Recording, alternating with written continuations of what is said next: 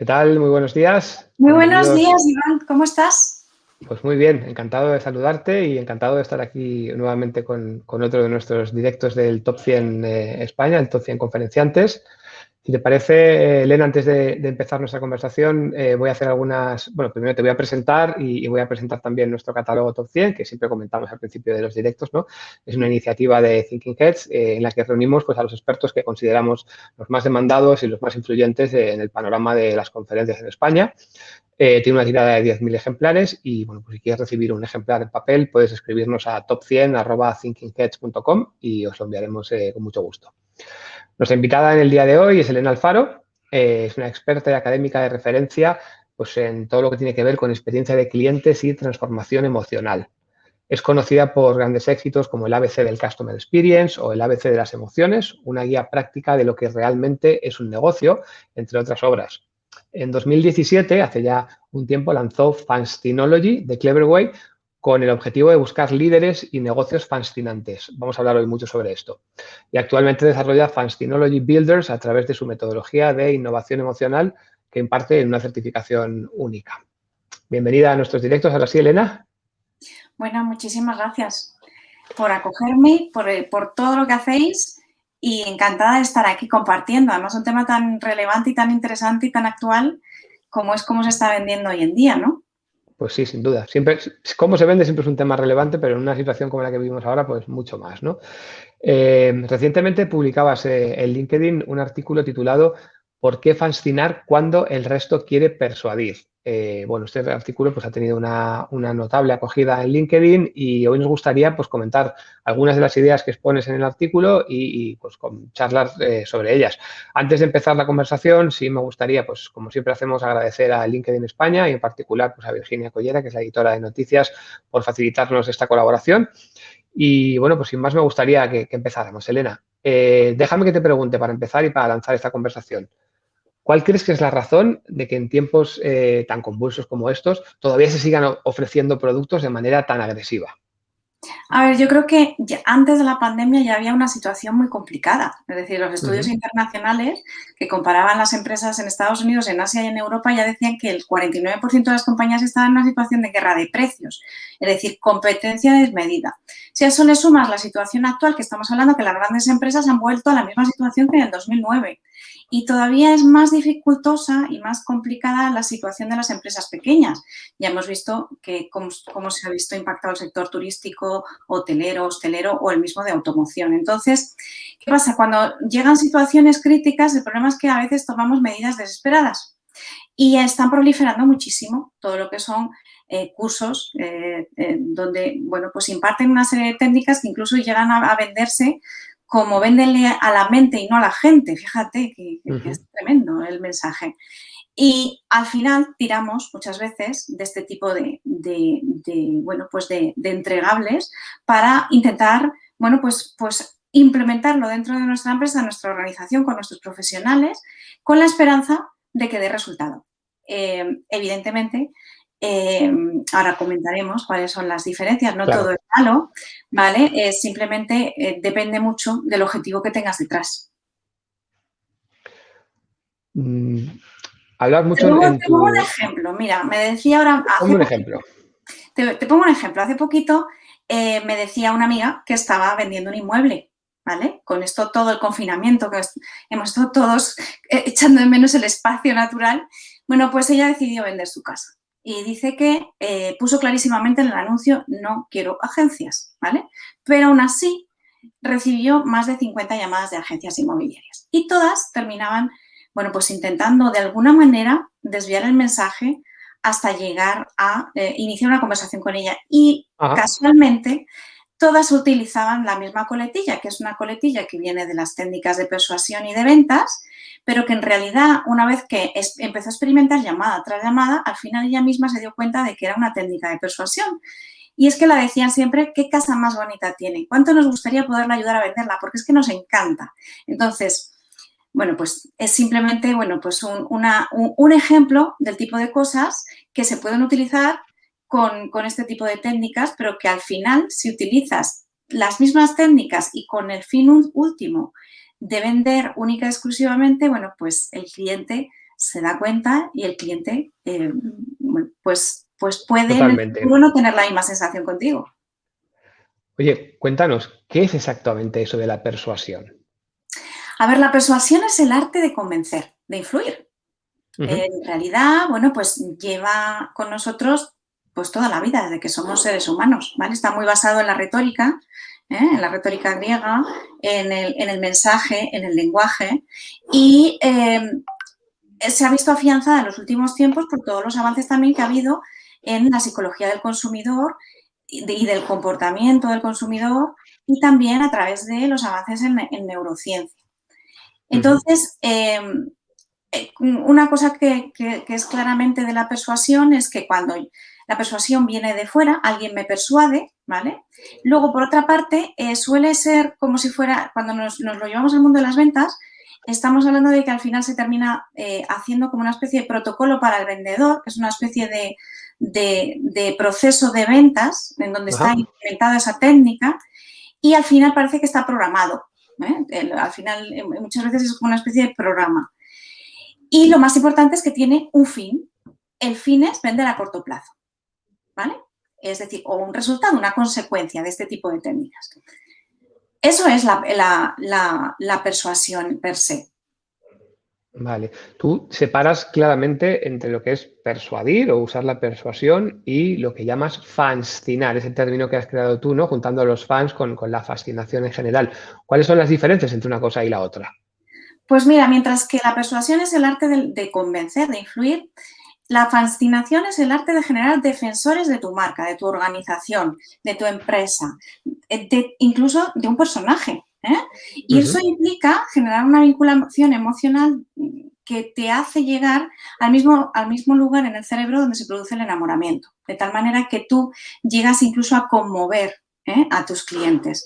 Y la cuestión es que es una situación muy ventajosa. No quiere decir que no pueda utilizar técnicas de persuasión, ojo, sino que el fin de la fascinación es que sea algo auténtico dentro de una organización, que se crea dentro de la organización para que de Ah, forma estratégica, en todas y cada una de las interacciones que se tienen con el cliente y por convencimiento, nosotros estemos vinculando al cliente de tal forma que el día que se marche sea el primero en volver y fíjate en lo que han llegado a hacer para marcas como Coca-Cola, que en los años 90, como sabes, levantaron una marca precisamente totalmente. para ellos suponía un sentimiento de pérdida.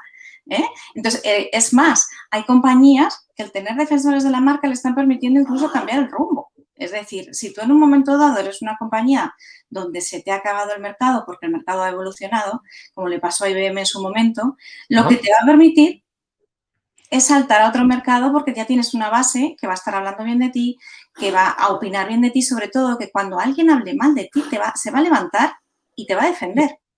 Eso es súper importante, claro. Al final tener defensores que confían en ti a ciegas y están ahí preparados para defenderte es esencial. Eh, es verdad que existen fans en todas las industrias, porque a veces uno lo ve claro, ¿no? Por ejemplo, yo tengo mucha relación con Javier Martínez, que él ha sido el director de Fan Experience del Atlético de Madrid, desarrollaba toda la Ajá. Fan Experience del equipo. Claro, tiene mucha lógica. O sea, el que es del Atleti es un fan cerrado y ahí sabes que tienes fans garantizados casi, ¿no? Porque lo llevan en el corazón. Pero en otro tipo de industrias y sectores, pues como la banca o los seguros, parece como complicado, ¿no? Que alguien se pueda declarar fan de una compañía de seguros. Pero se dice que son incluso los principales responsables de entrada de otros clientes en estos sectores. ¿Esto es así? Esto es así. Mira, llevo 25 años trabajando para distintos sectores y para múltiples empresas y no he visto una sola compañía o una marca que no tenga fans. Y lo primero que hay que aclarar es el término de fan, porque muchas veces se suele vincular, bueno, pues con ese fenómeno que vemos en el mundo del fútbol o del espectáculo Ujú. o con alguien que te pone me gusta en una red social. Ya, ¿Vale?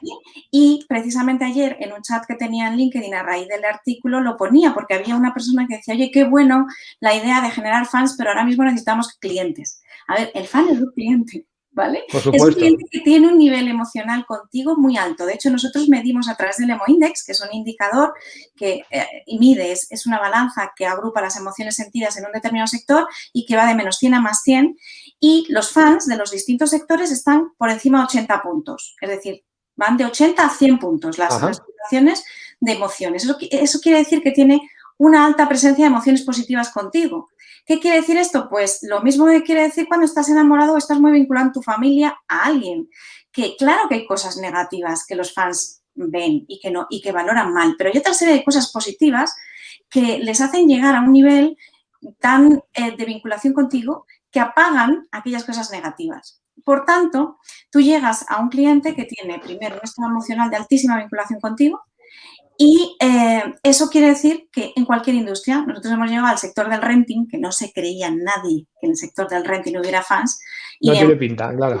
Vamos, y lo describimos en un cualitativo emocional y al final saltó una fan a defender, porque teníamos clientes de varias compañías, a defender una compañía en concreto y la cogieron como claim o como símbolo dentro de la organización. Hay fans en todo lo que hacemos.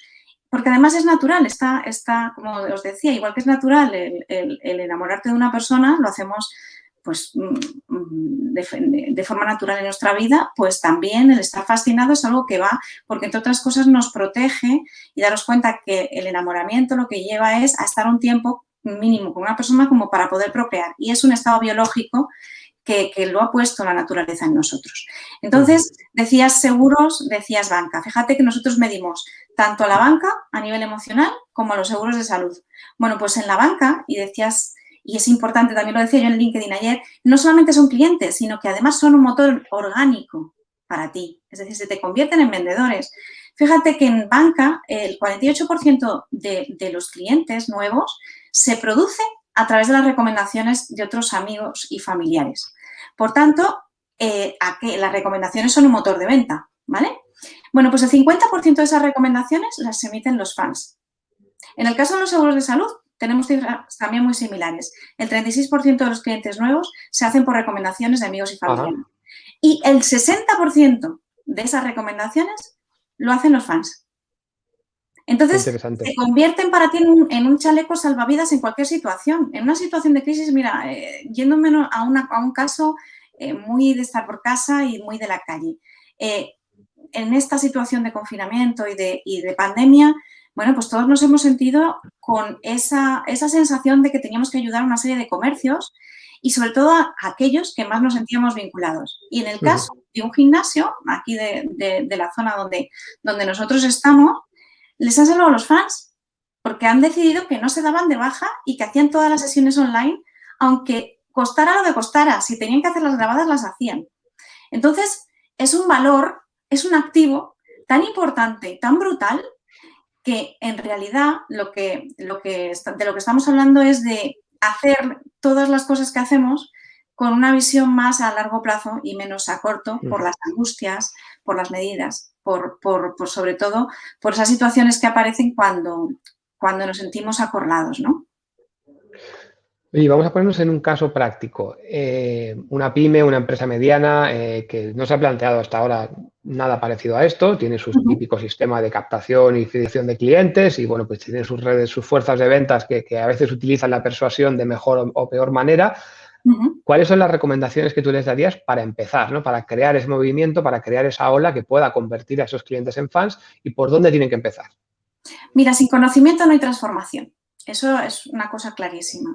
Y cuando me hacen esta pregunta, y de ahí surge el origen de la certificación que has comentado al principio, y de hecho dentro de un mes vamos a sacar precisamente el ABC de la fascinación a través de conexiones emocionales para vender. De hecho, es que tengo un montón de alumnos que son pymes y que lo están haciendo a rajatabla. Son los más, fíjate, son los más aplicados, los más disciplinados a la hora de hacer el curso. Y evidentemente hay un proceso, hay unos pasos a seguir. Luego, evidentemente, tienes tú que poner como empresario tu alma y, evidentemente, luego va a depender todo de tu gestión y cómo gestiones. Pero hay una serie de pasos básicos. El primero es que tienes que tener una organización, lo que se llama, en términos de Customer Experience, Institution Experience, que lo traduzco para todos. Al final, es una cuestión de que lo que vas a hacer, el negocio que implementes, con la misión, visión y valores que le vayas a poner encima de la mesa, tiene que ser coherente con lo que quieras conseguir, con tus objetivos, ¿vale? Y eso significa que muchas veces tienes que hacer un pequeño diagnóstico entre lo que tú quieres proyectar y lo que se percibe de ti. Te pongo un ejemplo, que lo hemos vivido en este caso es una gran empresa, pero BBVA hubo un momento, como los grandes bancos, que era un monstruo, un elefante.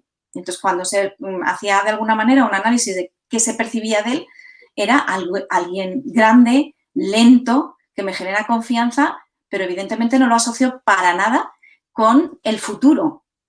Y cuando se quisieron posicionar, lo primero que hicieron fue ese ejercicio de revisar esa personalidad que estaban plasmando y luego, obviamente, el segundo paso es ponerle un traje que vaya acorde con esa personalidad. De ahí que cambiaran un poco toda la imagen y el lenguaje. No solamente es un tema de cambiar el logo, que mucha gente parece que alrededor de la marca hay bastantes elementos y el lenguaje es fundamental. Fíjate que decía de Fascino que fascinación es el hechizo de los ojos y de las palabras.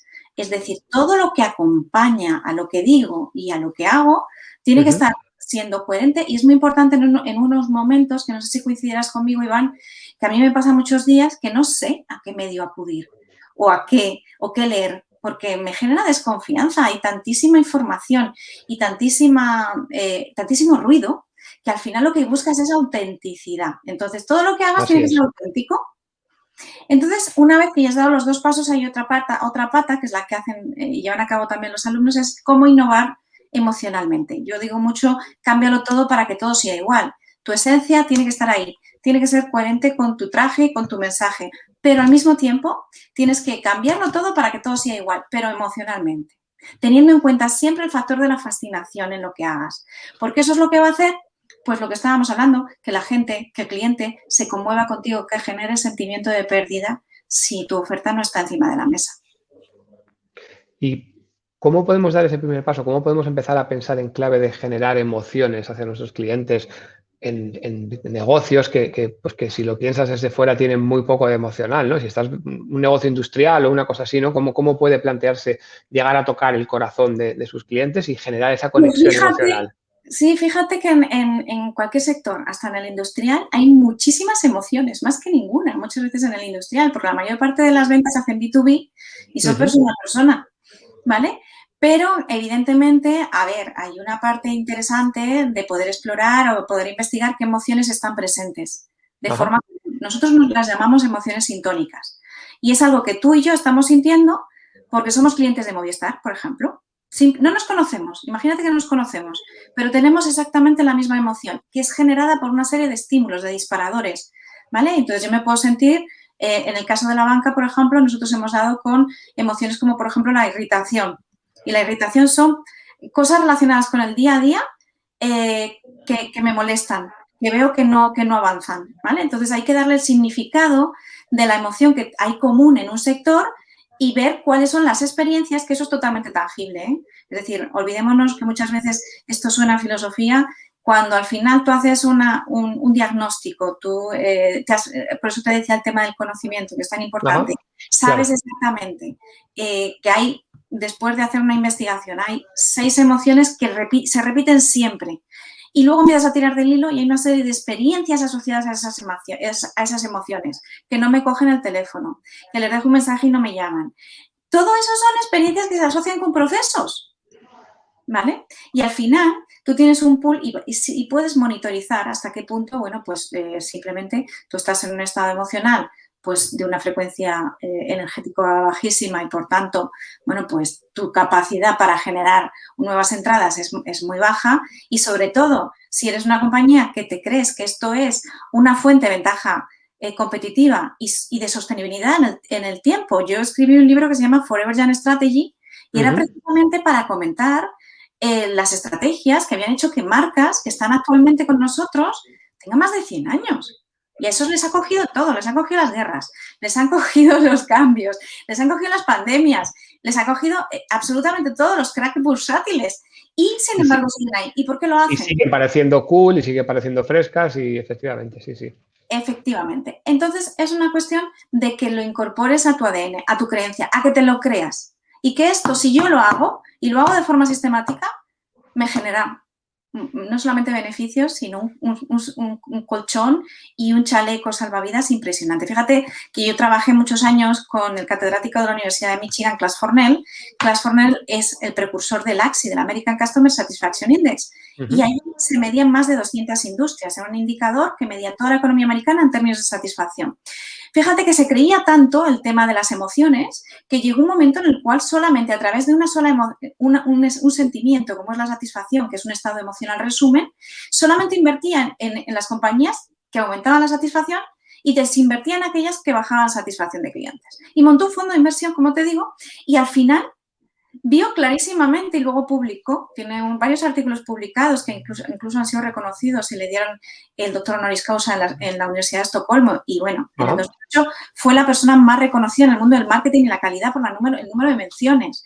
Bueno, pues no solamente ganó con el fondo de inversión, sino que demostró que batía el Standard & Poor's y a otros indicadores porque cuando las cosas iban mal caían mucho menos que el resto de los indicadores, pero cuando iban bien Se multiplicaba mucho disparaba, más. claro, tiene Entonces, sentido. esto es tangible, es resultado seguro, pero sobre todo no hay que tomar, el mensaje que yo quiero dar es que no tomemos medidas desesperadas, que si vamos a adoptar este tipo de técnicas, que si se puede aprender de ellas, hay cosas interesantes, es decir, hay cosas que se han descubierto a través de la psicología del consumidor, como por ejemplo, que nosotros pensamos a través de asociaciones. Entonces, si tú utilizas mi nombre propio a la hora de dirigirte a mí, ya me genera confianza. No por Ujú. utilizar esa técnica de persuasión lo estoy haciendo mal.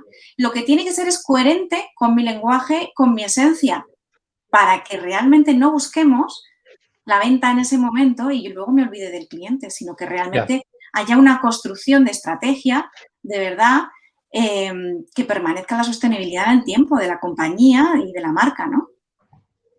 Muy interesante. En este momento de dificultad tan especial como el que estamos viviendo, en el momento de crisis, ¿tú qué crees que nos protege más? ¿La persuasión o ese paso más allá de la fascinación? Pues mira, depende del objetivo. Y te explico. A ver, yo utilizo muchas veces las historias de pareja. Si vamos a ver, si tú ahora mismo estás sin pareja y te encuentras en un momento de soledad, pues a lo mejor mañana mm, con una técnica de persuasión tienes la consecuencia de tener una aventura. Ajá. Sí, pero si a través de esa técnica de persuasión has utilizado algún engaño o algún subterfugio que luego impida que tengas una relación a largo plazo, pues hombre, estará siendo incoherente con tus objetivos. Bueno, pues ese es el mensaje que doy. En realidad depende de los objetivos de la empresa. Es como lo de cargar el móvil, ¿no? Oye, está claro que si me voy a ir de casa, si lo cargo 5 minutos, pues me voy como engañado psicológicamente de que me va a durar, pero luego la batería se te acaba exactamente Está igual. claro.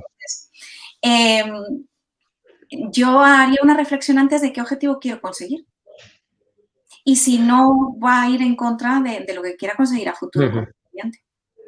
Estupendo.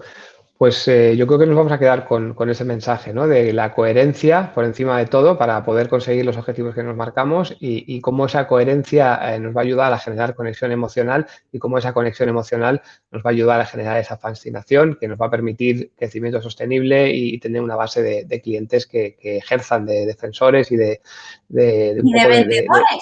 y de vendedores Es nuestros en el interesantísimo. mercado. Yo creo que es un mensaje muy positivo y muy potente. Siempre lo es, pero en la circunstancia actual más En las todavía. circunstancias actuales que no tenemos recursos muchas veces para poderlos tener, fíjate qué maravilla el tener una legión de seguidores que Ujú. hagan de venta. Fantástico. Pues únicamente por terminar, comentar también a las personas que nos ven en directo y que nos verán en el futuro que Elena está disponible pues, para talleres, conferencias y seminarios sobre todo este tipo de temas de experiencia de cliente, fascinación y demás, y que será un gusto pues, poder ofreceros su participación a través de Thinking Heads. Y Elena, ha sido un auténtico placer poder conversar contigo hoy, poder conocer un poquito más de por qué es tan importante este tema que nos planteas y no sé si tienes alguna última reflexión que quieras compartir. Nada, daros las gracias, Iván, como siempre, un placer auténtico. Estupendo. Y a los que nos están escuchando, mucho ánimo, que se pueden generar oportunidades hasta de situaciones como la que estamos pasando y que realmente hay mucho y que hay contenido que puede ayudarles, ¿vale?